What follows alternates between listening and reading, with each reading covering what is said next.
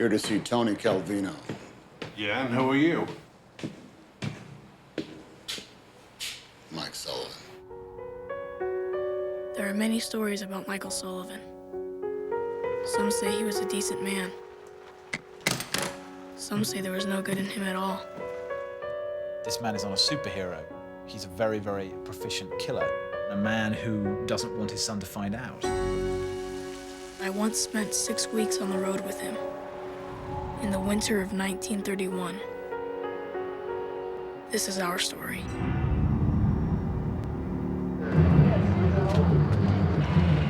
From the Academy Award-winning director of American Beauty, Sam Mendes. You're often, as a filmmaker, looking for some kind of mythic story or a story that holds a mythic weight. Comes an epic tale of a father and son transformed by tragedy. Get out! What? What's going on? Get out! Road to Perdition, you have a feeling that that's not, to say, the road to utopia or the road to Bali. You don't want to live this way. It's Papa's job. He goes on missions for Mr. Rooney. They're very dangerous. That's why he brings his gun. A man of honor always pays his debts and keeps his word.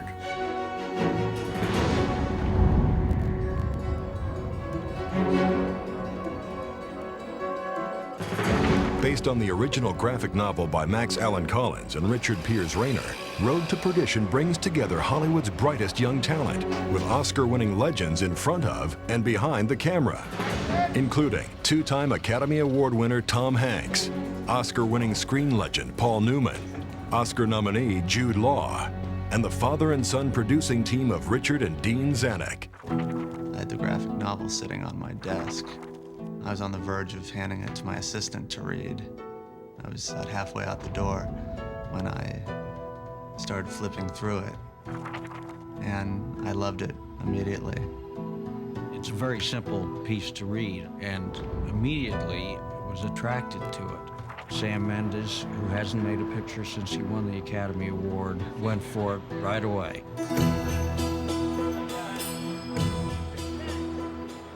When I read it, that was my first response. This is a film. It's meant to be a film. It speaks in images, not in dialogue.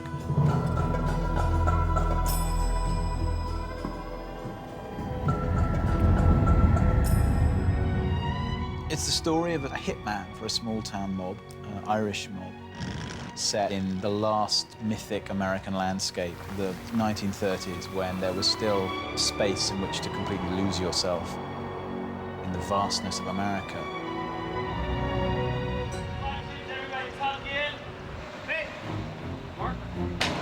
I've never seen anything like this on the current horizon. Here's a movie that should be predictable and is utterly unpredictable. I was looking for a part like this, a character part, and a part that was as far away from anything else I'd ever done as possible, and this was kind of it. Hey, camera rolling, Mark? Well, they sent me a script. It was a marvelous part. It was of a size that is appropriate for a gentleman of my age. Every card that seemed to be played on this just got better and better. Okay. I had no idea how to open the gas. It's amazing. You know, you go up and you see Tom Hanks and he's talking to you and you're like, oh yeah, wait, that's Tom Hanks. And that's Paul, that's Jude Law. It's just amazing. I was thrilled. What's exciting to me about all of these people is they're all cast against type. They're all playing very, very dark figures, very mysterious figures who reveal themselves to be not what they seem.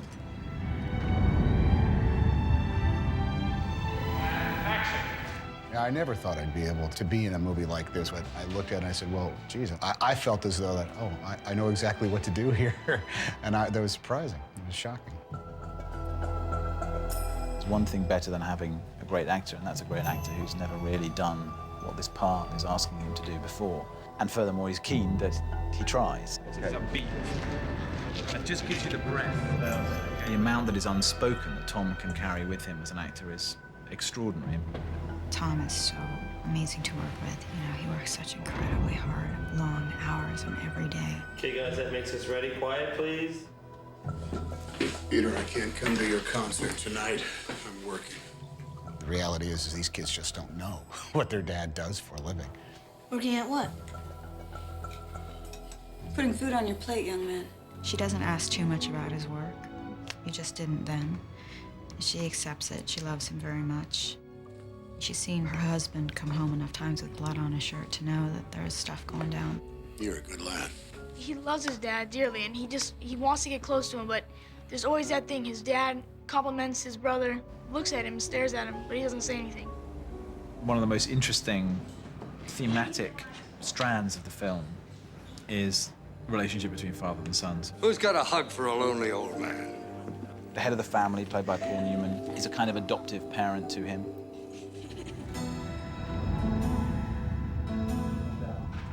Okay, guys, that makes us ready. Quiet, please. 64 Apple, take 5. Paul Newman was an idea that we all had. It's a natural law. Sons are put on this earth to trouble their fathers. He's a good bad guy, lovable killer. Paul, of course, is an incredible person to have on a set. Well, back to work. He's always working at it. He comes in having spent hours in his trailer thinking about tiny little pivotal moments, which really is amazing. Having been through the career he's been through, to care that much about it and to not leave anything to chance or think, oh, no, I've done it for 50 years, I can just wing it, you know. He never thinks that. And that's inspiring, I think, to everyone. Paul, come back the other way a little bit. Just Paul never changes. He works very hard. We did Butch Cassidy and the Sundance Kid, and then The Sting, and then The Verdict. It looks like it's easy, but he gives a lot of thought and a lot of training and preparation for everything that he does. He's extraordinary, still like full of beans and energy and inspiration to be better and get better, and I mean, he's already a legend. Let's drink to Danny's honor and hope that he gets to heaven at least an hour before the devil finds out he's dead.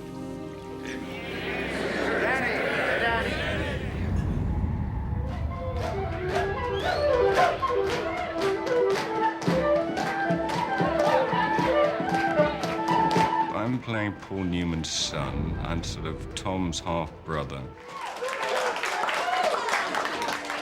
I'm a pretty nasty piece of work, I suppose. He's got a big chip on his shoulder.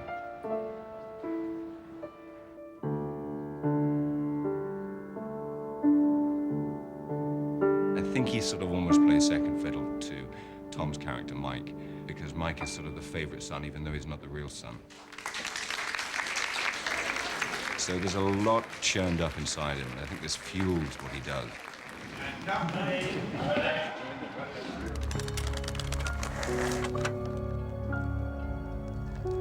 Curiosity takes me to a big place.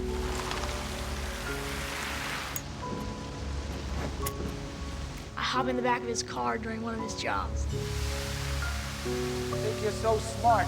You think we don't know? I mean, you've been just looking under the door, has no clue what's going on.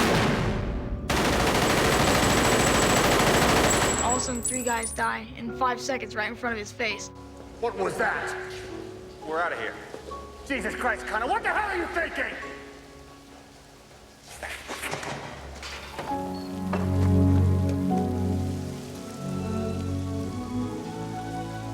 Jesus.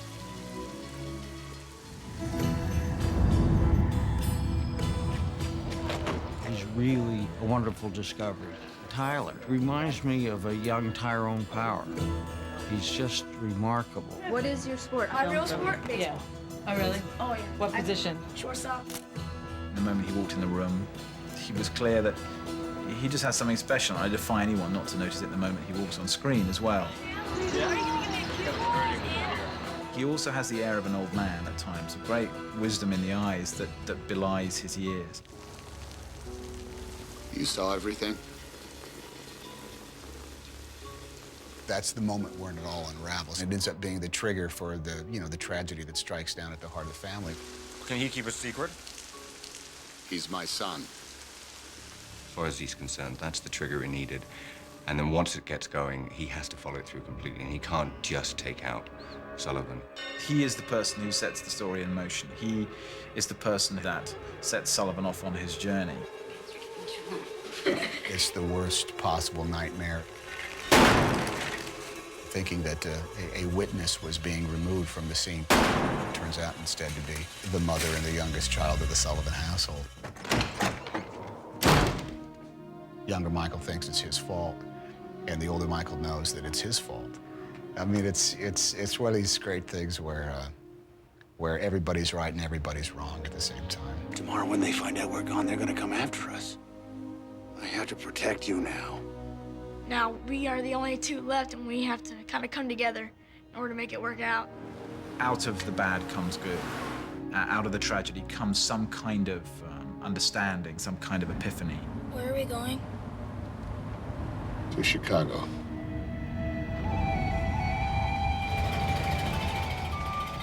Here we go. Pictures up. And background action. And action. To recreate the mythic qualities of the Midwest during the Depression, the filmmakers brought together an Academy Award-winning team that included editor Jill Bilcock, music composer Thomas Newman, production designer Dennis Gassner. We have to erode this home so that it has a quality of disrepair, once a prosperous world, but now gone in the Depression. Special effects coordinator Alan L. Hall. Yeah, that looks pretty good. Costume designer Albert Wolski. And action.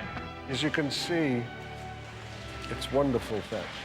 And director of photography Conrad L. Hall. Pull out just a bit soft. There. Picture is up. It's very simple to put a team like we have, a great team, together when you have a wonderful piece of material. Nobody said no to us. It's really unbelievable. They brought them back from the 30s.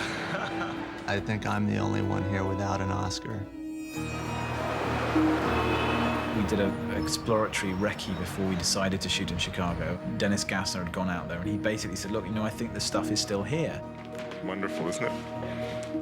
We've had a great time in sourcing the city of Chicago, which has been a wealth of great imagery for us. East Dundee, little small town look. There are these great old streets of old hotels, warehouses, industrial areas that are now closed down that still exist. Amazing things that are still there. It's fantastically mythic in its presence. You do get that kind of like, did Sam somehow send a camera crew back in time in order to capture some of this? You feel the vastness of the country. You feel the beginnings of the height of the industrial power of the Midwest. And I was very, you know, it sounds corny, but I was moved by it. I went there and I was amazed by it.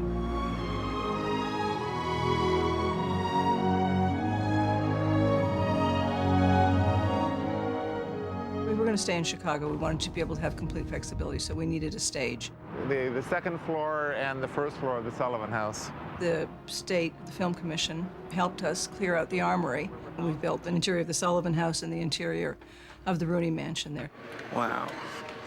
The first time I've seen a lot of the things here in place, but this is really nice. I've done a lot of period films, and this one seems to be the fusion of all of the things that I've done.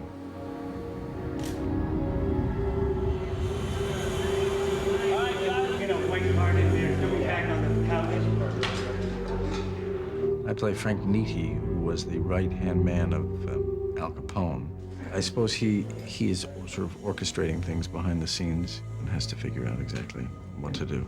Where's my father? Listen, Sonny, the only reason you're still alive is because you're John Rooney's son. You're being a little short-sighted here, Frank. My father is an old man. I am the future. So don't you ever talk to me that way again.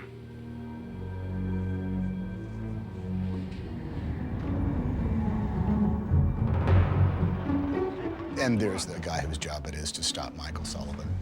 That's McGuire, the reporter, is played by Jude Law. Excuse me, ma'am. Press. If you were to ask him what he did, he'd probably tell you he's a photographer. He's a crime scene photographer who specializes in capturing dead bodies in the place of murder. In Jude, I've always felt there's something very sinister, difficult to pin down, very vain, with a very kind of visible feminine side, very flirtatious, dark, sexy, odd. unknowable. And that's what led me into pushing him as far as I have in much further in that same direction with this character, who really is a very strange man indeed.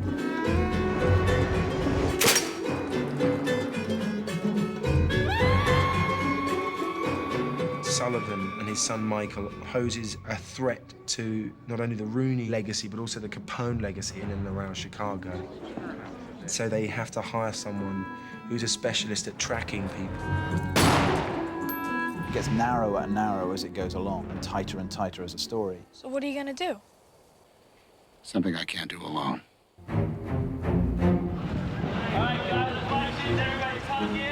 Victory 229 Apple, take 2.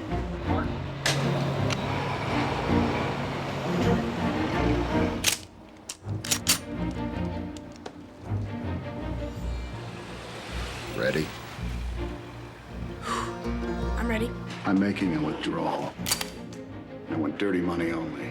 Everything you're holding for Capone. How much did they take? How much? 2 trains set on the tracks towards each other at high speed. McGuire, do what you have to. Find them.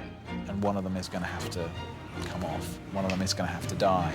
And that affected the way that we shot it, the way that we designed it, the way we conceived it. Thank you guys. Let's give it a sweep and then we'll go again. Can you go up and put a flag there or some duvetine? Acclaimed director of photography Conrad L. Hall was essential in bringing Sam's vision of the film to the screen. Yeah. Great. No, next one to your right again. That's good. Thank you very much. For over 40 years, the 9-time Oscar nominee has delighted audiences with unforgettable cinematic moments. Turn it to your right. Winning Academy Awards for his work on Butch Cassidy and the Sundance Kid, and his first film with director Sam Mendes, I would say if we started here. American Beauty. I had a love affair with Sam on American Beauty. He's such a great director. And when he was going to do another film, you know, I said, I'm with you. The fact that I ended up working with a 74-year-old hippie from Tahiti who has shot Cool Hand Luke, Butch Cassidy and the Sundance Kid, I kind of relished every day that I had with him because, you know, I think he's a master, and I think that cinematographers like that come along 2 or 3 a generation. More. There, I like it dark. I'm having a good time, but I'm tired. Long hours. He has a strong hand on how he sees things. That's it, don't move it. Not only photographically, but like every aspect of filmmaking, he's in total control. The union of him and Conrad is already so well established that you can always sense they're already speaking some language that only they understand. I feel immensely grateful to him. I mean, I can't really even describe how attached I've become to him. Anytime Sam Mendes wants me to, like, shoot a film for him, I'll be there. He is such a great director. He is so much a veteran. Oh, basically, it's Orson alive. When Conrad puts his eye to the eyepiece, everything goes quiet in his own head, and he is absolutely focused. I'd walk onto the set, and rather than seeing a bunch of lights and cables, I could only see the illuminated set as he wanted it to be. It was truly like going to a museum and seeing paintings. It's like one of the Dutch masters has lit this thing.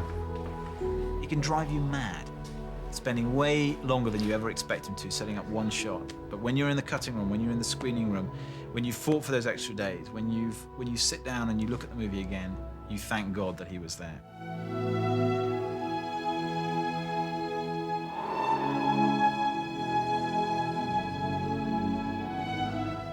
There is a seasonal shift in the film. There's a color shift in the film. Everything is in some way linked into telling that story.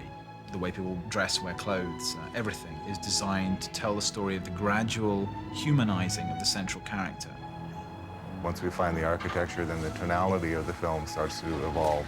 A cold world coming into springtime as we go on the road. Look out for the tractor coming up now. Watch out for the tractor. Watch out for the tractor! Watch out for the tractor! We made it. Oh, yeah, we made it. It's almost impossible in cheerful Technicolor to show the depression. There was color in those days, but there wasn't also. It's winter, it's cold, so the only thing I can do is pull back as much color as I can. I guess my inspiration was a black and white movie. It would have been a wonderful film to shoot in black and white. I'm trying to make it monochromatic as I can. Keep it that way. There was an enormous amount of making weather. We've had paper snow, foam snow, marble snow, ice, real snow, powder, foam, God knows what. The attention to detail has been incredible. We've done football fields, literally many, many football fields worth of artificial snow. Winter in the Midwest it's a pretty bleak time. We were out shooting in the woods, and it was winter, and it was cold, and man, everything was dead. It was just dead. There was no leaf. I mean, even the ground looked dead. 99.9% of everything you see, we put down.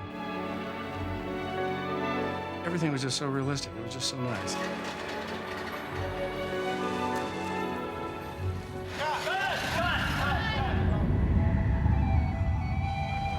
There is a lot of pressure.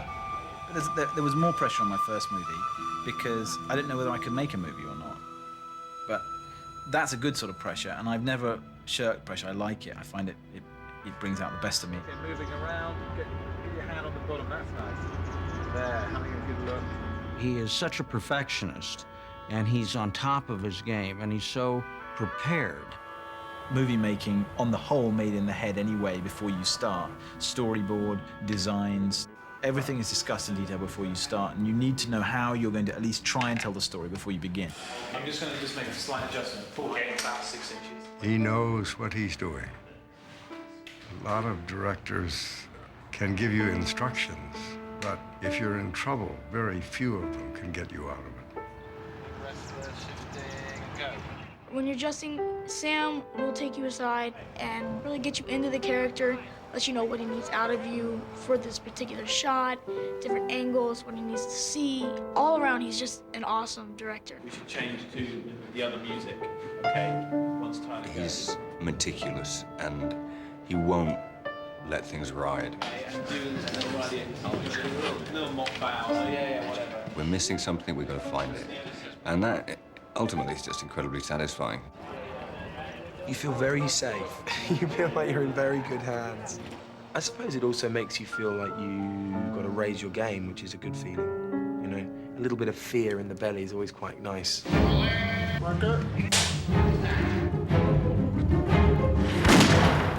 Sam is bringing great consequence to the nature of what essentially is gunplay in this movie.